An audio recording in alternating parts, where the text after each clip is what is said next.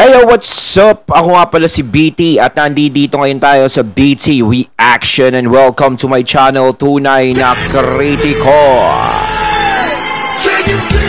Ayan! At syempre, meron tayong panonooring balita at bibigyan ng reaksyon. Ito po ay nagmula kay Banat News Updates. Ayan ha. Ito yung mga mainit-init na nangyayari ngayon dito sa bansa natin. Syempre, lalong-lalo na sa gobyerno. Ang kaguluhan na hindi na matapos-tapos man din. Ayan, ito ay pinamagatang kakapasok lang. Grabe to. Nabulabog ang Kongreso sa utos ni Senator Tulfo. BP Sara, PBBM, sinabon si Tamba. Ayan ha, ito nagmula kay Banat News Updates, no? Ayan, wag na natin pagtagalin at sabay-sabay na nating panoorin ang laman ng video na hatid sa atin ni Banat News Updates at bibigyan natin ng reaksyon. Pasok! Latest survey po. Hindi pa natin ayun, si Sir presidential survey. No? Ang latest presidential survey. Survey? 32% po si Rapi Tulfo. 31 na po si Sara Duterte. Isang puntos na. Isang puntos na lang kakainin ka na. May nabasa po ako rito. No? Kinakantsawan po nila. Kinakantsawan po nila yung survey. Na eto, para mas maganda sila na Ito po. Nakakatawa talaga itong mga to Tanghere Presidential Survey. Tulfo 32%, Fiona 31%. Bastos talaga kayo. Fiona pa kayo nalalaman Okay. FYI, hindi natatakbo si PBBM sa 2028. Baka sa sobrang focus nyo sa paninira kay PBBM at SMR, umangat na yung iba, hindi nyo namamalayan. Sige kayo. Ha ha ha ha. Alam po namin hindi natatakbo si PBBM. Si SMR, masasabi nyo ba hindi tatakbo? Kami po ang kami po ang dapat humagalpak sa katatawa. Kasi yung amo nyo, wala namang si SMR pa no? Kasi kapag natapos ang term ni PBBM, siguradong hindi na siya tatakbo.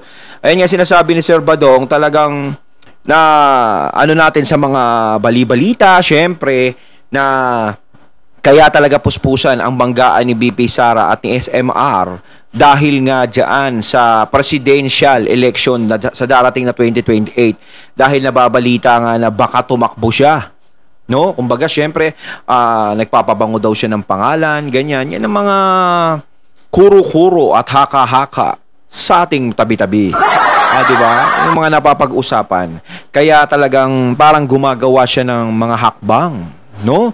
Talaga para matapatan si BP Sara. Amo ninyo kahit na anong gawin, 0.5 pa rin. 0.5. Alam niyo ba yung 0.5? Wala pang 1 points. Ito po, 1 point na lang po. Mahahabol na si Rapi Tulfo. Lamang na si Rapi Tulfo. Wala po kaming problema dyan. Naniniwala pa rin po kami na mas malakas pa rin si Sara Duterte kay Rapi Tulfo. 1 point lang Okay. So talagang may posibilidad na magtapat si Rapi Tulfo at si BP Sara sa presidential. No? Pero ito, no, mukhang di kita yung laban. Survey lang naman to. Syempre, hindi pa naman lahat ng Pilipino rito talagang kinausap o talagang yun na yung boto nila. Kasi sa survey talaga minsan merong mataas, tapos yung mababa, yun ang biglang umuusad pataas. Pero nag-survey din ako ng sarili ko. No, halos balanse. No, may mga kinausap akong mga tao, mga taga dito lang naman sa amin, kung sino ang iboboto nilang presidente, si Tulfo o si Sara Duterte. Halos pantas lang 'Di ba? Hindi naman sila nagsasalita na puro Sara Duterte lang, hindi rin naman sila nagsasalita na puro Tulfo lang. Talagang patas lang. May nagsasabi na Tulfo ako, BP Sara ako, Tulfo, BP Sara, Tulfo, BP Sara, Tulfo, BP Sara, ganun ganun na nangyayari. No? Tapos mayroon magkasalita ng Tulfo, BP Sara, lima yung BP Sara. Lumalamang lang ng konti si VP Sara. Karamihan talaga is Tulfo kasi tinanong ko kung bakit. No, kung bakit nila gusto si Rapi Tulfo. Kasi nga daw matapang. Matapang din naman si Rapi Tulfo at saka may paninindigan daw. Yun sinasabi nila. At maraming natutulungang mga Pilipino kasi nga 'di ba yung Rapi Tulfo in action, 'di ba? Ang daming natutulungan daw na ganon. Tapos sabi ko naman, bakit niyo naman gustong manalo si BP Sara? Kay BP Sara, maaring maging maayos ang Pilipinas, baka mapamura yung bilihin, at saka yung maganda naman daw pagpapatakbo ng tatay niya nung presidente pa si Tatay Digong. Yun na nagiging basihan eh. Marami pa silang sinasabi sa akin. No? Ako, nagugulan ako eh. No? Basta ako, kung sino, di ba matagal pa naman yan eh, 2028 pa yan, kung sino ang talagang worth talaga sa boto ko. No? Kala mo naman, pero importante ang boto natin kahit tayo lang. No? Kung sino talaga ang worth. No, susubaybayan pa natin 'yan. Kung sino talaga ang karapat dapat. Kakantsawan na hindi naman daw tatakbo si PBBM. Si SMR. Bakit hindi niyo sabihin na hindi tatakbo? Ikalawa. Dapat ganito natin tinitignan yan eh. Ang gusto nilang sabihin, baka manalo raw si Tulfo. Ano ngayon? Kayo pa rin ang tao ni Tulfo sa tingin nyo. Sa kanila, masaya na sila na hindi manalo si Sara Duterte. Pero lahat po ng kaguluhan na to, kung hindi nyo pa po alam, ilagay nyo sa hina ng kukote nyo, lahat ng kaguluhan na to, sabi nga ni Attorney Yesesio, no? Para mabigyan lang kayo. Sabi ni Attorney Yesesio, such a waste of unity and huge political capital. Sabi ni Attorney Topacio, such a waste of unity and huge political capital just because of one man's delusions of grandeur. Great things could have been done. Sayang. Ang dami po nahihinayang sa Uniteam. Pero dahil po sa isang tao, sino po yung tao na yan? Tukoy na natin lahat yan, no? Huwag na po tayo magkunwari. Yan yung sinasabi yung SMR. No? Dahil po dyan, lahat po yan nag-ugat. Ngayon, huwag po tayo magbulahan, no? Kunwari, nakikisaya kayo na si Tulfo ang may posibilidad na manalo. Tandaan po ninyo, 30-31 lang. Lumapit na nga si Sara no nakaraan 30-30. 'Di ba? Okay. Ibig sabihin, lahat ng ginawa ninyo hindi pala si Martin ang makikinabang. Hindi ba kayo ang nakakatawa? Lahat ng ginawa ninyo kay Sara Duterte, nariyan pa rin si Sara Duterte. Actually, statistically, tied po yan. Kasi kung pinaglalaban nila sa SMR, yung siyempre may mga tao din naman na kumakampi kay SMR, pero ang credits pa rin dyan na lumalamang ngayon is si Raffy Tulfo. Ngayon, between Sara Duterte and Raffy Tulfo, kahit sino manalo sa kanila dyan. Ngayon, sana kung mananalo si Senator Raffy bilang presidente, sana hindi siya magpadala doon sa mga, alam nyo na yon, di ba? Yung mga alipores na hindi maganda, no? Yung mga magdikta sa kanya. O, siguro naman hindi naman magpapadikta si Senator Raffy kung sakasakali dahil alam naman natin matapang naman siya sa ganyan, hindi naman siya basta-basta pinaglalaban niya yung karapatan ng mga tao. Sana pagpatuloy niya pa rin. 'Di ba? Na kahit maging presidente siya, kung sakasakaling mananalo siya kay VP Sara. Dahil si VP Sara talaga, kung manalo din naman ang presidente, sigurado, lahat ng mga ayaw ni VP Sara, ibig sabihin ng mga ayaw niya, yung mga talagang alam niya na kumakalaban sa gobyerno at ayaw ng katahimikan, siguradong mapeperwisyo. 'Di ba? Kasi ang gusto ni VP Sara is magkaisa. Ngayon, kung ayaw nilang makipagkaisa at patuloy sila na ganyan, na iguguluhin ang gobyerno at ang Pilipinas, hindi papayag si VP Sara. Kaya nga ayaw nilang manalo si VP Sara eh. Di ba? Sigurado, tameme sila. Mahirap lang po explain, kaya hindi ko na po i-explain. Statistically, magkatay po ngayon si Tulfo at si Sara Duterte dahil may plus at minus pa po yan eh. Yan ang hindi nyo naunawaan. No? Kunwari, nakikisaya kayo. Bakit? Pag nanalo ba si Tulfo, kasama kayo doon? Kasama si Martin pag nanalo si Tulfo. The best na pwede mangyari sa kanya, speaker pa rin. Kung kakampi siya, hindi naman po yan yung pangarap ni Martin. Nakamtan niya ng pagiging speaker. Sa tingin niyo ba, ang pangarap ni Martin, maging speaker pa rin?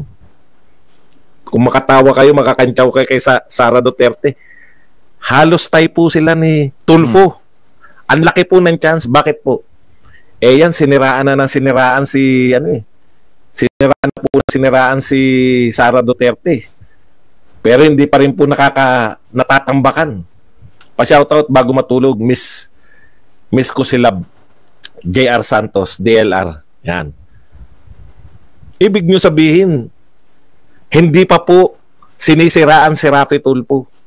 Wala pa pong naninira. Wala pa. Ganyan na, ang lapit-lapit lang. Kaya wag niyo pong pagtawanan yung survey ni Sara Duterte. Okay pa rin kami dyan. Very close po yan. At ang pag very close, siyempre, magmamatter dyan yung sa kampanyahan. Meron po bang susuporta kay Rafi Tulfo ng mga gobernador at congressman at balang araw? Tignan natin. Okay, punta na po tayo rito. Ito po ang walang kamatayan nila dahil tapos na po. Talo na po, wala na po silang maibato sa pulburon at saka dito po sa pulburon at saka sa destab, hindi na po nila pwede ibintang kay Sara Duterte at sa mga Duterte. Ito na naman po, balik na naman po sila sa pro-China, si Sara Duterte. Nakakaawa. Ayan. Yan bang pro-China na yan hanggang 2028, paninira nyo kay Sara Duterte? Ayan, no? Not of pro-China. Hindi mo nga mabanggit kung sino yung pro-China eh. Oh, may nababasa ako niyan na kapag si Duterte is no to pro-China, sabi nila. Kasi nga daw, 'di ba, yung China is nasa West Philippine Sea tapos hindi nagsasalita ang mga Duterte. Halos parang hindi sila kumukontra o anuman, no? Siguro naman, yung sinasabi ko nga, hindi naman siguro papayag din ang mga Duterte kung sakasakali na gumawa ng hakbang yung China na talagang tangkain nila tayong agawan ng teritoryo. Hindi naman siguro sila papayag ng ganun. Kasi, Pilipinas, di ba? Pilipino sila, no? Siguro hindi lang sila nagsasalita kasi problema ng presidente na yan eh. Hindi si Sara Duterte ang presidente. Hindi si Tatay Digong ang presidente, hindi na siya. Si PBBM na. Parang ipinapaubaya na nila yung desisyon dyan kay PBBM. Kung sakasakaling ang presidente pa rin si Tatay Digong, siguro naman kikilos yan. At saka dapat naman, kung presidente si Tatay Digong, edi dapat naano na tayo ng China. Diba? Nakuha na tayo ng kung ano yung atin. Wala naman atang nakukuha pa sa atin yung China. So ngayon lang nagiging agresibo yung China. So, hindi na dapat silang makialam kasi wala na sila sa posisyon para makialam. Si VP Sara ay Vice President lang. Ngayon, kung may mga ganyang klaseng problema, ang dapat dyan is yung presidente ang magresolba. Siyempre, si PBBM na yung nakaupo ngayon, siya nang bahala dyan. Okay. Ito po ang pinaka-nakakatawa sa lahat. Sinasabi po nila ngayon, maraming nilalabas po ngayon si Pangulong Marcos eh. No? Ang nilabas po niya ngayon, over 27 barangay ay drug cleared, sabi according to PDEA. 27,000 barangay. Over 20,007 barangay are drug cleared. Tapos sabi na naman ng mga, pare-pareho na sinasabi, okay, tanyo na. Congratulations, President Marcos. Pwede naman palang hindi mag-EJK. Nagiging drug-free ang mga barangay. No? Pwede naman daw walang narinig na mga tukhang-tukhang, wala naman daw narinig na patayan. Wala po nanlaban. Pero na-cleared pa rin daw yung 27,000 barangays. O, tanong. Nung panahon ni Duterte, ilan yung na-cleared na barangay? Drug cleared. 27,000. Ay, 24,000. Panahon ni Pangulong ni... Ibig sabihin yung mga na-cleared kay Pangulong Duterte, hindi ba siya kasama dyan sa 27,000 ni PBBM? So, sobra na tayo kasi 42,000 lang ang barangay. Nire-report nyo lang, no? Nire-report nyo lang, pati yung na-cleared na barangay kay Pangulong Duterte. So, nadagdagan lang kayo ng 3,000 ng panahon ni PBBM. 3,000, 24,000 kay Pangulong Duterte. Pero sa tingin ko talagang nabawasan talaga eh. Hindi na siya naging mainit yung bisyong yun. Nung wala pa si FPRRD, talagang mainit yung bisyong yun. Pero simula nung naupong presidente si FPRRD, tsaka yung gumawa na siya ng mga ganyan-ganyan nga, yung kinontra niya na yung mga bisyong yan, is talagang kumonti na wala. No? Konti lang talaga, as in konting-konti. Tapos syempre parang yung si PBBM na ang presidente, parang wala na. Nawala na yung ano, yung lakas dati nung hindi pa si FPRRD. Parang nabawasan eh. No, nabawasan kahit pa paano, kaya ngayon kay PBBM is kumonti na lang talaga. No? Parang ganun ang nangyari eh. Kumonti na sa pagdating ng termino ni PBBM eh.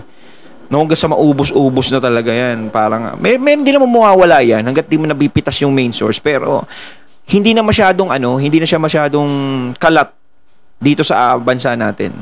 No? Kung kalat man, medyo hindi na siya ganun katunog. No, napigilan. ang problemahin ninyo, pag bumalik yan ng mga yan, kasi alam po ninyo, statistically, hindi po talaga babalik din agad-agad. Alam niyo kung bakit? Una, ang dami na napatay kay Pangulong Duterte ng mga tulak, mga marami nang nabawas drug lord. Ikalawa, mayroon tayong 6 years na napahinga tayo sa pagdodroga. Yung mga kabataan natin, no?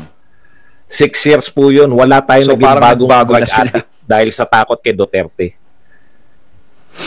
Ang problema ninyo, ngayon po pinagmamalaki nila farm to market roads. Ang dami na raw na paggawa farm to market roads. Wala naman pong problema dun. Pero kung ikukumpara nyo po yan kay Pangulong Duterte, yung farm to market roads nyo, parang farm bill. Napapasok ka. Kay Pangulong Duterte, ang lalaki ng project, no? Ngayon, farm bill lang. Farm bill. Para lang tayo naglalaro ng farm bill. Game shoe sa cellphone. Huwag nyo kasing kinukumpara kasi pag kinumpara nyo yung mga ginagawa nyo, manliliit po kayo sa mga nagawa ni Pangulong Duterte. Ito pa, isang hilig nila ikumpara.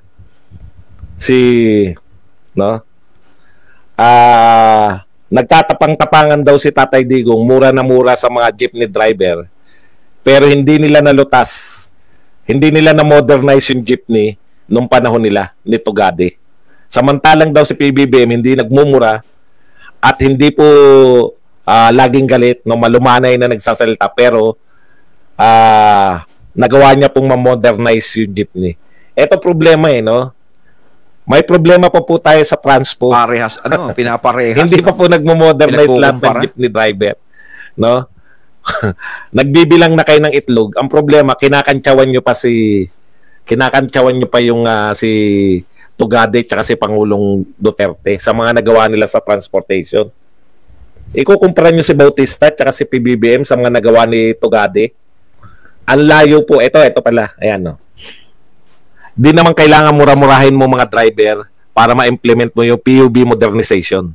Si Tugade at Digong akala mo atapang pero di naman nila nagawa. Si Bautista at PBBM tahimik lang. Ang tanong, nagawa na ba nila? Wala pa masyado. Hindi pa nga nagagawa. Actually, magkakaroon tayo ng problema dyan. Hindi po papayag yung mga jeepney driver. Di ba? Ang lalaki po na rally ngayon. No?